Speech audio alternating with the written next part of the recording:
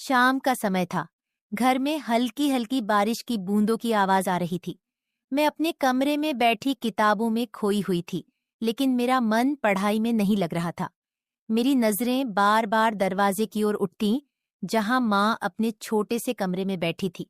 मैंने जाकर देखा तो मेरी धड़कनें बहुत तेज हो गई, मानो जैसे मेरे पैरों के नीचे से जमीन खिसक गई हो और आसमान फट गया हो।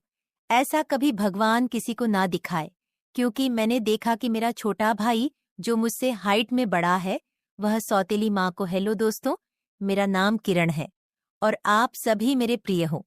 आपके चैनल रोमांचक कहानियां सात पर आपका स्वागत करती हूँ। मैं एक मध्यम वर्ग परिवार से हूँ, जिसमें मैं मेरे मम्मी पापा और मेरा भाई रहते हैं। मेरे पापा को दिल के द्वारे की बीमारी है, इसलिए उनका स्वास्थ्य हमेशा गड़बड़ रहता है। मम्मी मेरी टीबी की मरीज थी, इसलिए उनकी तबीयत खराब रहती थी और वह जल्दी ही स्वर्गवासी हो गई। मेरे पापा रेलवे में लोको पायलट थे और अक्सर घर से बाहर रहते थे। मम्मी के जाने के बाद हमारी देखभाल करने वाला कोई नहीं था, इसलिए पापा ने दूसरी शादी कर ली थी। हमारी सौतेली माँ हमारा पूरा ध्यान रखती थी। मेरा भाई उनका लाडला पुत्र था। मैं फिलहाल बीएसएससी कर रही हूँ और मेरा भाई बाहर कक्षा में है। भाई मेरा छोटा है, पर उसकी हाइट बड़ी है और लंबी चौड़ी कद काठी वाला भाई है मेरा। मेरी सौतेली माँ पापा से कुछ खुश नहीं रहती थी और वे भी घर का खर्च चलने के लिए एक एक पार्लर में काम करती थी। मैं और मेरे भाई कॉलेज और स्कूल जाते और शाम को घर आते। एक दिन जब मैं शाम को घर वापस आई तो देखा कि मेरा भाई आज स्कूल नहीं गया था और सौतेली माँ के काम में रसोई में हाथ बंटवा रहा था। सौतेली माँ खाना पका रही थी तो मेरा भैया कभी आटा लगाता तो कभी सब्जी काटता, कभी सिलेंडर में गैस खत्म हो जाती तो गैस भरवा कर लाता। साथ ही वह सौतेली माँ के साथ खूब हंसी मजाक कर रहा था और सौतेली माँ भी उसके इस रवैये से खुश थी। जैसे जैसे दिन बीत रहे थे, मेरा भाई अब स्कूल कम और घर पर ज्यादा रहता था। वह आए दिन की छुट्टी करने लगा था। जब भी मैं कॉलेज से शाम को घर वापस आती तो वह ज्यादातर घर पर ही सौतेली माँ के साथ घर के कामकाज में व्यस्त दिखाई देता। यह देख मुझे कुछ अजीब लगने लगा था, पर मैंने इस पर ज्यादा गौर न देते हुए अपने काम से काम रखा। एक दिन तो मैंने देखा कि मेरा भाई माँ की बजाय खुद सबके कपड़े धो रहा था और मम्मी उसकी हेल्प कर रही थी। मम्मी के कपड़े भी वह अपने हाथों से धो रहा था। ये देख मैं अपने कमरे में चुपचाप चली गई। अब आपको बताने साथ की जरूरत नहीं है कि वह कपड़ों में क्या धो रहा था, इसीलिए तो मैं तुरंत वहां से अपने कमरे में चली गई। झाड़ू पोंछा लगाने से लेकर घर के सारे बर्तन साफ करने तक का काम अब वह करने लगा था। मैं सपने में भी नहीं सोच सकती थी कि यह सब करने के पीछे उसकी क्या मंशा थी। जब भी देखती उसे मैं सौतेली माँ के साथ ही पाती। अब स्कूल में उसकी परफॉर्मेंस पर भी फर्क पड़ने लगा था। भगवान जाने चोरी छुपे वह कौन सा काम कर रहा था। एक बार मेरी सौतेली माँ को टाइफाइड बुखार हो गया था। वो 20 दिनों के लिए अस्पताल में एडमिट रही थी, तो मेरा भाई एक दिन के लिए भी उन्हें छोड़कर घर नहीं आया। 1 महीने के लिए डॉक्टर ने बेड रेस्ट के लिए बोला था, तो उसने मम्मी की खुशी के लिए घर के सारे काम किए और रात में उनके पास ही सोता। ये जो भी कुछ हो रहा था मेरी समझ से परे था और अच्छा नहीं हो रहा था। मेरा भाई, जो मेरी पहली मम्मी की एक कही नहीं करता था, वह सौतेली माँ के काम में रात दिन व्यस्त रहने लगा था। एक बार जब हमारे मौसी के लड़के की दी थी, तब हम सब उनके घर गए हुए थे, जिसमें हम सब सज धज के गए थे। तब मैंने वहां एकम चीज नोटिस करी कि भैया और सौतेली माँ अलग अलग ही घूम रहे थे और काफी खुश दिखाई दे रहे थे। थोड़ी देर बाद हम सब घर आ गए थे।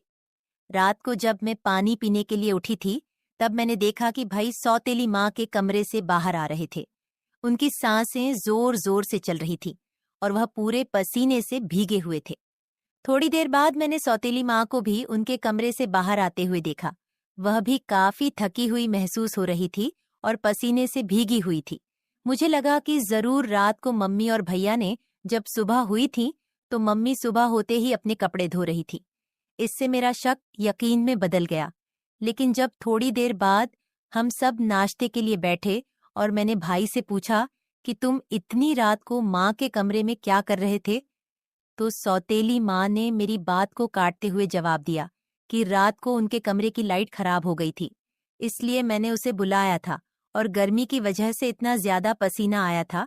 फिर मुझे लगने लगा कि शायद वह सही कह रही थी। फिर कुछ दिन बाद एक रात को मेरी नींद खुल गई क्योंकि मुझे प्यास लगी थी। मेरी पानियों की बोतल किचन में ही रह गई थी और किचन के बराबर में ही सौतेली माँ का कमरा है। जब मैं पानी की बोतल लेने पहुंची तो मैंने गौर से सुना तो मम्मी के कमरे से कुछ अजीब आवाजें आ रही थीं।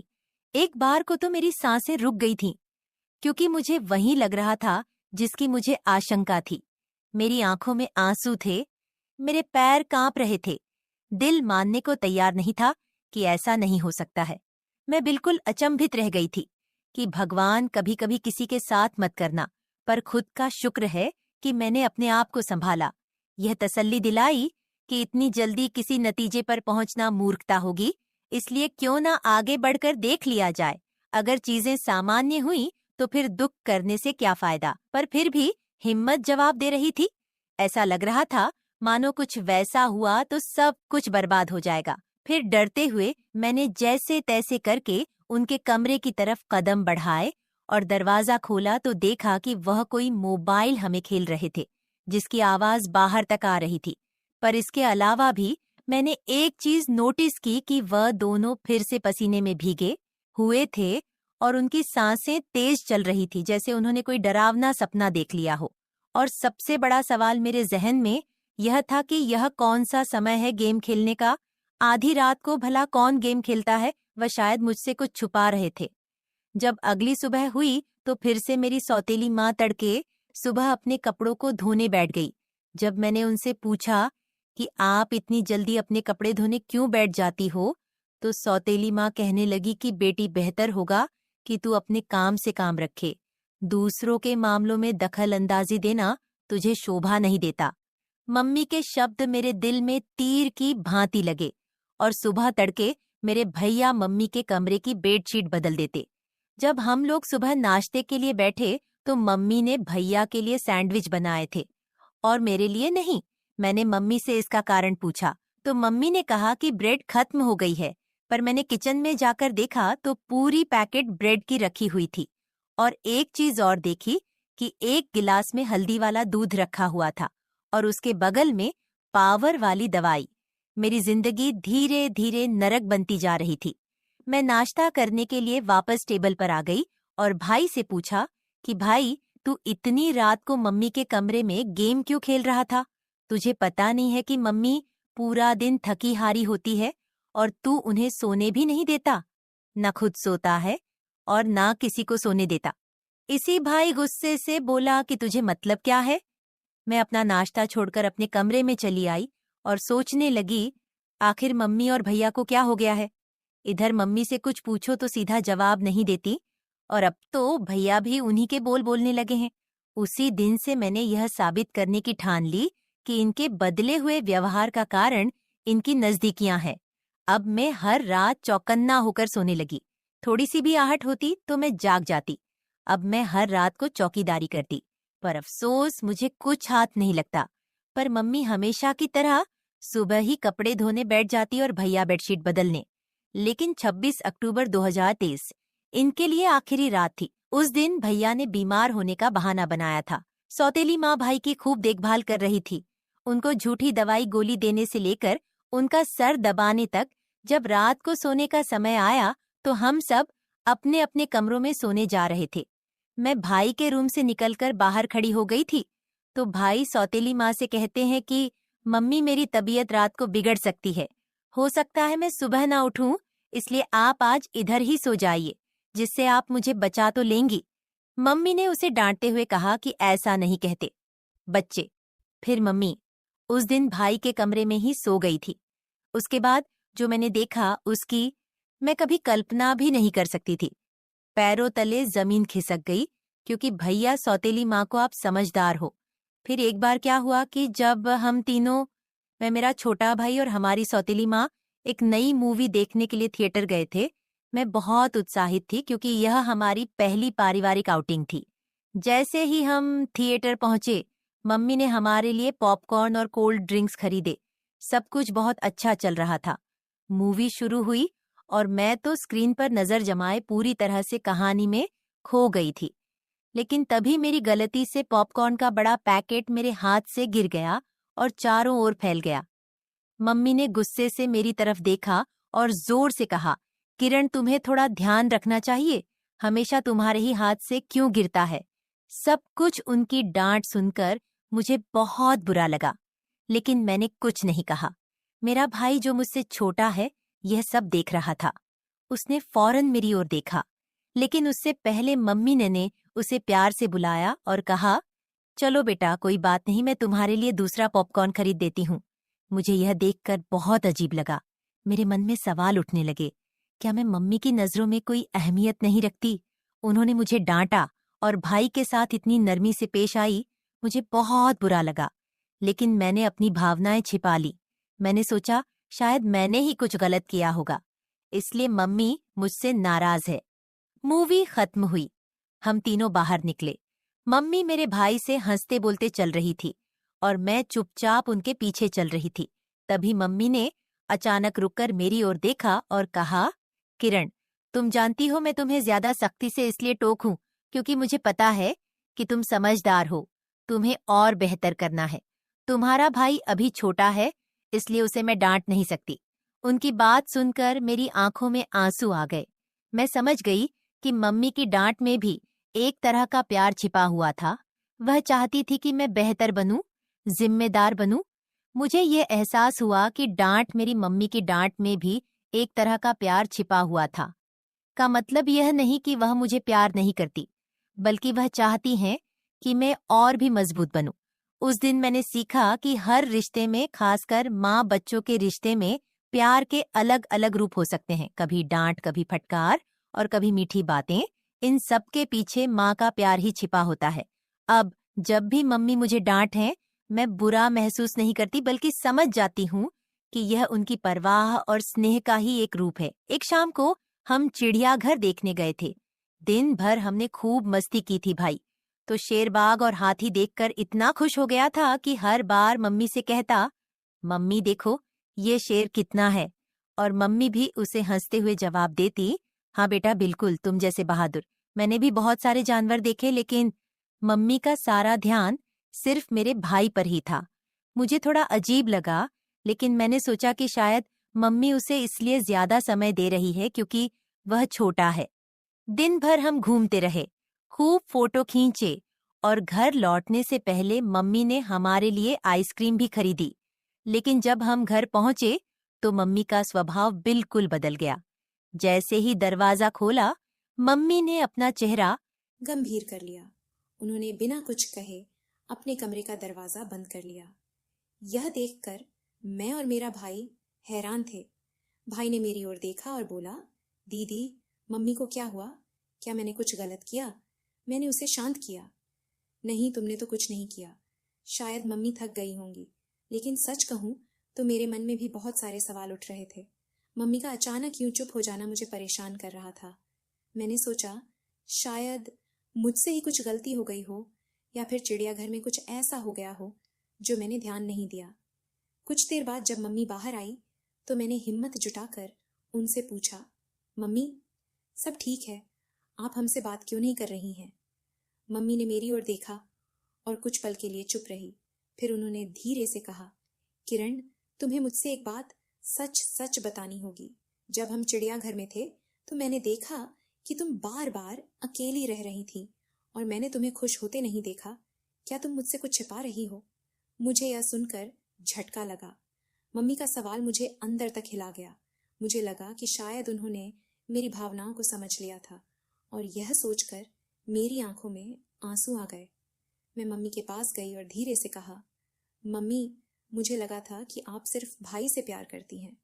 आप हमेशा उसे ज्यादा ध्यान देती हैं और मैं अकेली महसूस करती हूँ। मेरी बात सुनते ही मम्मी की आंखें नम हो गईं। उन्होंने मुझे अपने पास बुलाया और मेरे सिर पर हाथ फेरते हुए बोली, किरण, तुम ऐसा क्यों सोचती हो? तुम मेरे लिए बहुत खास हो। शायद मैंने तुम्हें यह एहसास नहीं कराया, लेकिन मेरा ज्यादा ध्यान तुम्हारे भाई पर इसलिए होता है क्योंकि वह बहुत छोटा और भावुक है। लेकिन इसका यह मतलब नहीं कि मैं तुम्हें प्यार नहीं करती। उस पल मुझे महसूस हुआ कि मम्मी भी मुझसे उतना ही प्यार करती हैं जितना मेरे भाई से। बस उन्होंने कभी खुलकर मुझे नहीं दिखाया था। उन्होंने कहा, मैं तुम्हें डांटूं, तुम्हें समझाती हूँ, क्योंकि मैं चाहती हूँ कि तुम मजबूत बनो, अपनी जिम्मेदारी समझो। लेकिन इसका मतलब यह नहीं कि मैं तुम्हारी फीलिंग को नजरअंदाज करती हूँ। आज तुमने मुझे बता दिया कि तुम्हारे मन में क्या चल रहा था, और इसके लिए मैं तुम्हारी शुक्रगुजार हूँ। उसके बाद मम्मी ने मुझे गले से लगाया और कहा, मैं वादा करती हूँ कि आगे से मैं तुम्हारे साथ भी वक्त बताऊंगी, तुम्हारे मन की बात सुनूंगी। वह पल हमारे रिश्ते के लिए एक नई शुरुआत की तरह था। अब जब भी हम कहीं बाहर जाते हैं, मम्मी हमें बराबर प्यार और ध्यान देती हैं। मुझे अब कभी अकेला महसूस नहीं होता, क्योंकि मुझे पता है कि मेरे और मम्मी के बीच का रिश्ता मेरी पहले से चाची कहीं बहुत ज्यादा खूबसूरत मजबूत होगा। और नौजवान थी। वह घर में अकेली रहती थी और मुझे अपने पास बुला लेती और अपनी तन्हाई मिटाती थी। मैं भी खुश होकर चाची के पास चला जाता और उसके साथ कुछ हसीन लम्हे बिताता। एक दिन चाची ने मुझे अपने घर बुलाया। मैं भी खुश होकर चाची के घर चला गया। मैं जैसे ही चाची के घर पहुंचा तो चाची वॉशरूम से नहाकर बाहर आ रही थी। जैसे ही मैंने चाची को देखा तो मेरे होश ही उड़ गए। चाची ने मुझे अपना वो दिखाकर कहा, मेरी चाची बहुत ज्यादा खूबसूरत थी। वह लगती ही नहीं थी कि वह एक शादीशुदा औरत है। उस वक्त मैं अपने चाचा के घर रहने आया था, क्योंकि मम्मी पापा दोनों बाहर विदेश जा रहे थे। पहले जब चाचू पापा को मुबारकबाद देने आए तो उन्होंने पापा से जाते हुए कहा कि राहुल को हमारे घर छोड़ जाए। पापा ने उन्हें काफी मना किया कि अब राहुल बड़ा हो गया है और अपना ख्याल रख सकता है, लेकिन वह नहीं माने। उन्होंने पापा को राजी कर लिया और मेरी ख्वाहिश पूरी हो गई। मेरे पास हमारे पुराने घर की चाबी थी जो खाली पड़ा हुआ था, जिसे मैं अपने मकसद के लिए भरपूर इस्तेमाल करता था। चाची मोनिका की शादी मेरे चाचा से 10 साल पहले हुई थी। मैं उस वक्त 10 साल का था, मगर उस वक्त चाची को देखकर मुझे बहुत अच्छा लगता था, क्योंकि वह न सिर्फ खूबसूरत थी बल्कि धीमे लहजे वाली और भरपूर जिस्म की मालिक थी। चाचा और चाची की जोड़ी मिसाइल समझी जाती थी, पर अभी तक वह दोनों औलाद से दूर थे। वह दोनों ने अपनी किस्मत समझकर सब्र कर लिया था। चाची और चाचियों में बहुत ज्यादा प्यार था और मेरा अंदाजा था कि चाचा चाची की हर ख्वाहिश पूरी करते होंगे। शादी के बाद चाची का बदन बहुत दिलकश हो गया था। खूबसूरत तो वह पहले ही थी, मगर अब शरीर का हर हिस्सा अपनी तरफ झुकता हुआ महसूस होता था। उस वक्त जब चाची घर की सफाई कर रही थी और मैं टीवी देख रहा था, तब चाची ने मुझसे पूछा, राहुल बेटा आज कॉलेज नहीं जाना क्या? तो मैंने दिल ही दिल में चाची को बेटा बुलाने पर बुरा मानते हुए कहा, नहीं चाची, सेमेस्टर खत्म हो गया है ना, इसलिए 1.5 महीने की छुट्टियां हैं। चाची ने सर हिलाया और झुककर मेज पर कपड़ा मारने लगी, पर चाची का वो सब देखकर समझ नहीं आ रहा था कि क्या करूं और क्या ना करूं। मुझे चाची के घर आए हुए 2 दिन गुजर चुके थे। रात को खाने की मेज पर चाचू ने चाची से कहा कि मुझे 20 दिन के लिए लाहौर जाना है। अगर मुझे ज्यादा दिनों के लिए बाहर जाना होता तो वह चाची को भी साथ ले जाते, मगर इस दफा मैं चाची के घर पर था तो उन्होंने अकेले जाना ही मुनासिब समझा। मैंने चाची का रूटीन और उनकी आदतों का अच्छी तरह से अभ्यास किया था। मैंने देखा कि वह चाय का इस्तेमाल ज्यादा करती है और वह चाय में दूध बहुत डालती है, और मुझे डब्बे का दूध पीने की आदत थी। अगले दिन हम दोस्त आपस में मिलकर एक दूसरे के साथ मजाक कर रहे थे और मैं जो कुछ बकवास कर रहा था वह बहुत गलत था। मेरी बातें सुनकर चाची बहुत हैरान हो गई। फिर उन्होंने मुझे अपनी आवाज देकर अपनी मौजूदगी का एहसास दिलाने की कोशिश की, लेकिन म्यूजिक की वजह से मुझे कुछ सुनाई नहीं दे रहा था। मेरी बकवास बातें काफी देर तक सुनती रही और फिर उठकर अपने कमरे में चली गई। थोड़ी देर बाद मैं चाची के पास गया और कहा, मुझे चाय पीनी है चाची। चाची ने मुस्कुराकर कहा, क्यों नहीं मेरे बच्चे, बस 2 मिनट में फ्रेश होकर आती हूँ, फिर बना देती हूँ। वह उठकर बाथरूम की तरफ चली गई। मैं गैलरी में आकर बैठ गया और सामने लॉन और फूलों को देखने लगा। एक फूल मुझे पसंद आ गया। मैंने उसे करीब जाकर देखा और फिर उसे तोड़ लिया। चाची मुझे आवाज दे रही थी। मैंने जवाब दिया, मैं बाहर हूँ। तो वह हाथ में ट्रे लेकर बाहर आई जिसमें 2 कप चाय थी। उन्होंने एक कप मुझे पकड़ाया और दूसरा खुद उठकर मेज पर रख दिया। मैंने वह फूल जो हाथ में पड़ा हुआ था चाची की तरफ बढ़ा दिया। चाची ने मुस्कुराकर फूल मेरे हाथ से ले लिया और कहा, शुक्रिया मेरे बच्चे। मेरे सारे अरमानों पर पानी पड़ गया था। मैंने चाची की तरफ देखा और कहा, चाची बोर नहीं होती आप सारा दिन घर में रह रहकर? मैं तो बोर हो गया हूं, हम कहीं बाहर घूमने चलते हैं। चाची ने कहा, नहीं समीर, मैं तो तुम्हारे चाचा के साथ हर जगह जाती हूँ, लेकिन मैं उनके बगैर कहीं नहीं जाती। मैं खामोश होकर चाय पीने लगा। रात के खाने के बाद मैंने एक मूवी लगाई और बैठकर देखने लगा। चाची भी मेरे पास आकर बैठ गई और मूवी देखने लगी। चाची ने जब देखा कि यह वही बकवास हो रही है जो मैं दोपहर को गेम खेलते वक्त कर रहा था, तो उन्होंने कहा, अच्छा तो ये सारी बकवास बातें तुमने यहां से सीखी है। वह बोली, बेटा ये तो बहुत गलत बात है, तुम बहुत ही गलत भाषा इस्तेमाल करते हो। शर्म से मेरे पसीने छूट गए। चाची ने फिर से कहा कि मैं तुम्हारे पापा से बात करूंगी कि तुम पर नजर रखे, तुम हाथ से निकलते जा रहे हो। मैंने नजर उठाकर देखा और चाची से कहा, गलती हो गई चाची, मुझे माफ कर दे, पर क्या करूं, सभी लड़के इसी तरह की मूवी देखते हैं, मुझे भी उन्हें जवाब देना होता है, तो इस तरह की बातें मुंह से निकलती हैं। मेरी बात सुनकर चाची हंसने लगी और बोली कि डरो मत, मैं किसी से कुछ नहीं कहूंगी, मुझे पता है कि तुम लड़के किस तरह की बातें करते हो। अच्छा ठीक है, और कोई मूवी लगाओ, ये क्या लगाया हुआ है? तब जाकर मेरी सांस में सांस आई और मैंने चाची से पूछा कि चाची मैं कौन सी मूवी लगाऊं? उन्होंने कहा कि कोई इंडियन मूवी लगाओ। मैंने कोई इंडियन मूवी लगा दी। चाची मूवी देख रही थी और मैं चोरी चोरी चाची को देख रहा था। चाची ने अपनी एक टांग उठाकर दूसरी टांग पर रखी और सोफे की टेक और बाजू से लगकर आराम से बैठ गई। फिर मैंने भी अपनी एक टांग उठाकर अपनी दूसरी टांग पर रखी। मुझे लगा कि चाची ने मेरी इस हरकत को नोट किया है और उनके चेहरे पर हल्की सी मुस्कुराहट आ गई। मैं भी चाची की तरह दूसरे कोने पर बैठा हुआ था। फिर चाची ने मुस्कुराते हुए अपनी पोजीशन सही की और मैंने भी उनको देखा और सही होकर बैठने में ही बेहतर समझा। चाची हंसने लगी और बोली, राहुल तुम मेरी नकल उतार रहे हो? मैंने उनकी तरफ देखकर सर हिलाया तो उन्होंने थोड़ा सा गुस्सा करते हुए कहा, तुम मुझे क्यों तंग कर रहे हो? मैंने मुस्कुराकर कहा, आपको तंग करना मुझे अच्छा लगता है। वो बोली, क्यों?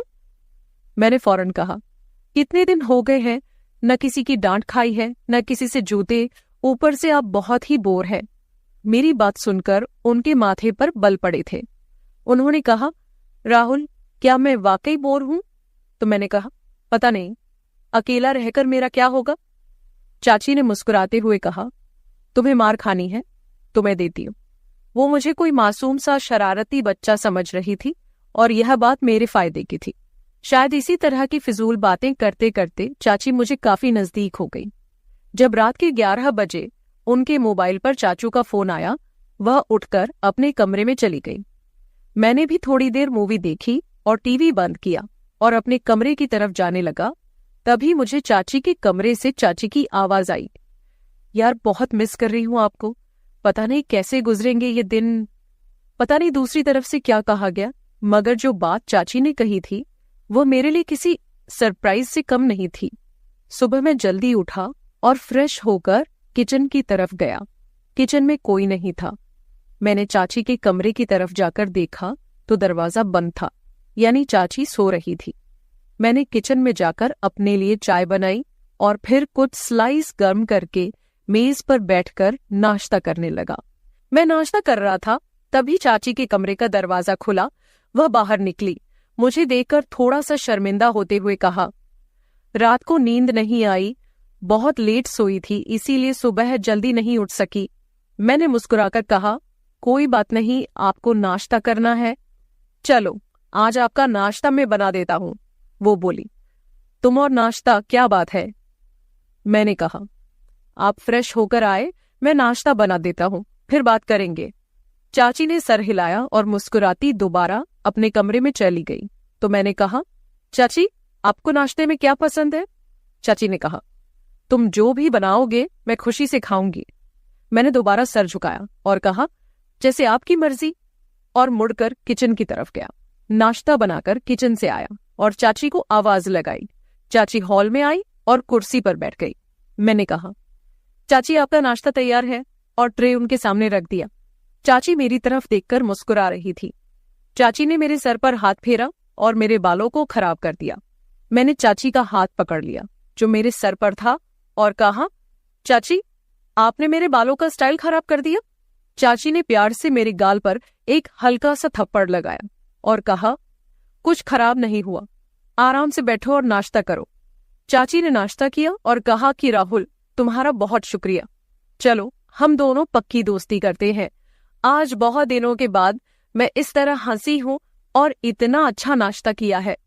मैंने मुंह बनाकर कहा, तो क्या हुआ चाची, क्या मैं आपका दोस्त नहीं हूं? चाची ने मेरे गाल पर चुटकी काटी और कहा, दोस्त हो पर कच्चे वाले, आज पक्की वाली दोस्ती करते हैं। मैंने अपने गाल मलकर कहा, यार आप आंटियों की तो ये बहुत गंदी आदत होती है, गाल ही लाल कर देती है। चाची मुस्कुराने लगी और दोनों हाथों को मेरे कानों की तरफ बढ़ाया तो मैं भागने लगा। चाची हंसते हुए मेरे पीछे भागने लगी और कहा, रुक तुम्हें मार लगाती हूं। मैं रुक गया और अपनी कमर पर हाथ रखकर सांस लेते हुए चाची के पास गया। चाची ने एकदम मेरे दोनों कानों पर चुटकी काट ली और हंसने लगी। मैंने रोने वाली शक्ल बनाते हुए कहा, आपसे तो कोई प्यार की उम्मीद ही नहीं है, आप बहुत बेरहम हो। चाची ने हंसते हुए मुझे देखा और जहां मुझे चुटकी काटी थी और वहां प्यार करने लगी और कहा, सॉरी यार। चाची मुझसे अलग हुई और कहा, अच्छा मैं चेंज करके आती हूँ, फिर मार्केट से कुछ सामान लेकर आना है, वह ले आते हैं। मैंने कहा, ठीक है मैं भी चेंज कर लेता हूँ, शायद कोई लड़की मेरे जाल में फंस जाए और मेरे भी मजे हो जाए। चाची ने मुस्कुराते हुए एक थप्पड़ मेरी कमर पर लगाया और कहा, राहुल थोड़ी सी तो शर्म करो। मैंने हैरानी से कहा, किस चीज से? चाची ने कहा, अपनी इस तूफानी हरकतों से। मैंने कहा, यार जिंदगी में थोड़ा सा मजा भी होना चाहिए, वरना तो सारी उम्र आप मुझे किसी काम का नहीं छोड़ेगी।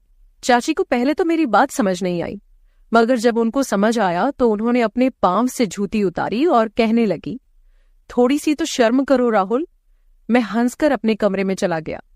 थोड़ी देर बाद मैं कमरे से बाहर आया और सोफे पर बैठकर टीवी देखने लगा। थोड़ी देर में चाची भी बाहर आ गई। जब वह बाहर निकली तो मेरी सांस ऊपर के ऊपर और नीचे की नीचे रह गई। सफेद कलर की कमीज पर नीचे जीन्स में चाची को देखते हुए कहा, मैडम जी का क्या इरादा है? चाची ने पहले अपने आप को देखा और फिर मुझे देखते हुए हैरानी से कहा, क्यों, क्या हुआ?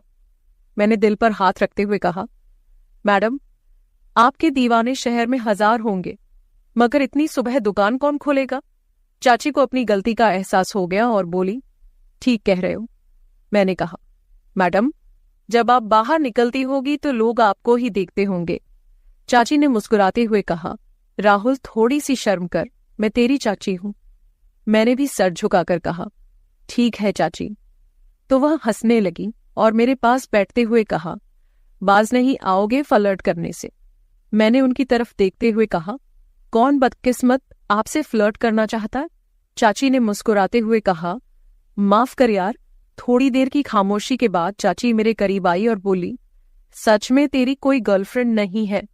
मैंने उनकी तरफ देखा और कहा, कोई आप जैसी मिली ही नहीं, वरना उसे गर्लफ्रेंड क्या अपनी लाइफ पार्टनर बना लेता, चाहे पापा को समझाना पड़ता। चाची ने मुस्कुराते हुए कहा, मैं अच्छी लगती हूं आपको? तो मैंने भी फिर किसी आशिक की तरह सर झुकाकर हल्का सा कहा, बहुत ज्यादा चाची। चाची ने कहा, तू बाज नहीं आएगा। चाची ने कहा, राहुल दूध ले आओ, खत्म हो गया है। मैंने सर हिलाया और मार्केट की तरफ चला गया। वापस आकर दूध के बर्तन को फ्रीजर में रखा और चाची को बताने उनके कमरे में गया, पर सामने जो मंजर था वह पागल कर देने के लिए काफी था। चाची शायद नहाकर निकली थी और यह वक्त मुझ पर कहर बरसा रहा था और मेरी हालत ऐसी हो गई थी कि टांगों में जान ही ना रही। मैं पलटने ही वाला था कि चाची ने आवाज देकर पूछा, ले आए हो दूध? मेरे हलक से तो जैसे आवाज ही नहीं निकल रही थी। मैंने सर हिलाया तो चाची आहिस्ता आहिस्ता कदमों से चलती हुई मेरी तरफ आई और मेरे चेहरे के नीचे हाथ रखकर कहा, क्या हुआ राहुल? मैंने चेहरा ऊपर उठाया और उनकी आंखों में देखते हुए कहा, कुछ नहीं चाची। चाची ने मेरी आंखों में देखा और कहा, राहुल, सच सच बताओ, मेरा इस तरह तुम्हारे सामने आना अच्छा है क्या? मैंने सर हिलाया और दोबारा सर झुकाकर कहा, अगर आपको लग रहा है कि मैं आपकी तरफ अट्रैक्ट हो रहा हूं तो आप गलत है चाची। चाची, आपका जिस्म आपकी मोहब्बत के इजहार का जरिया है, लेकिन यही सब कुछ ठीक नहीं है। चाची ने एक लंबा सांस लिया और मुझे इस तरह देखा जैसे मैं दीवाना हूं। मैंने दोबारा सर उठाया और कहा, पर मैं यह भी नहीं चाहता कि आप थोड़ी देर के लिए मुझे अपनाए और फिर जिंदगी भर के लिए मुझे अपने दीदार से महरूम कर दे। चाची के लिए बहुत नाजुक निर्णय था। फिर वह एक तरफ बेड पर बैठ गई और कहा, मेरे पास आओ और यहां बैठो। मैं आराम से चलता हुआ उनके पास बैठ गया। उन्होंने मेरा हाथ पकड़कर अपने दूसरे हाथ पर रखा और कहा, समीर, जो मिल जाए उस पर शुक्र करना चाहिए। चाची के जहन में क्या चल रहा था और उस वक्त वहां से मैदान जंग छोड़कर भाग जाने वाली बात थी। मैं सुकून से कमरे में वापस आ गया। तभी मुझे लगा कि चाची अंदर रो रही है। उनकी सिसकने की आवाज बाहर तक आ रही थी। मैं दरवाजे के पास गया और कहा कि आप ठीक है? अंदर से कोई जवाब नहीं आया, बस सिसकने की आवाज बंद हो गई। मैंने फिर पूछा, चाची क्या बात है, आप क्यों रो रही हैं? अंदर से आवाज आई, राहुल, मैं थोड़ी देर के लिए अकेली रहना चाहती हूँ, प्लीज अपने रूम में चले जाओ। मैंने कहा, ठीक है, आप ठीक तो है ना? चाची ने कहा, मैं ठीक हूं। मुझे कुछ समझ नहीं आ रहा था कि आगे क्या करना चाहिए। मैं जल्दी से वापस आ गया। फिर कुछ देर बाद चाची भी फ्रेश होकर बाहर आई और मुझसे माफी मांगने लगी। उस दिन के बाद से मैंने चाची का बहुत ज्यादा ख्याल रखना शुरू कर दिया, क्योंकि वह बहुत ज्यादा तन्हाई का शिकार हो गई थी और मुझसे प्यार करने लगी थी। मैंने फोन करके चाचू को वापस बुला लिया। चाची जवान और खूबसूरत औरत थी, इसलिए वह अपनी तन्हाई को मिटाने के लिए बहुत ज्यादा तरस गई थी। लेकिन यह शुक्र है कि हम दोनों में इस तरह का कुछ भी नहीं हुआ। कुछ दिन मैंने और चाची के घर गुजारे और फिर मेरे मम्मी पापा घर वापस आ गए और मैं अपने घर वापस चला गया। मेरा सभी लोगों को यही कहना है कि हमेशा घर में किसी के सहारे अपनी बहन या बीवी को अकेले छोड़कर ना जाए, क्योंकि अकेलेपन से जूझ रहा इंसान कभी भी गलत रास्ते पर जा सकता है। लिहाजा यह काम करने से पहले 1000 बार सोचे, क्योंकि आप लोगों के घर टूट सकते हैं। मर्दों को गुजारिश है कि वह अपनी बहन या बीवी को किसी के भरोसे छोड़कर ना जाए। तो मेरे प्यारे दोस्तों, ये थी हमारी आज की छोटी सी कहानी। आपको ये कहानी कैसी लगी कमेंट करके जरूर बताएं। अगर आप ऐसी ही और भी इंटरेस्टिंग और रोमांटिक कहानियां सुनना चाहते हो तो चैनल को सब्सक्राइब जरूर कर ले और बेल आइकॉन ऑन कर ले, ताकि आपको मेरी हर कहानी समय पर मिल सके। कल मिलेंगे एक और नई कहानी के साथ। धन्यवाद।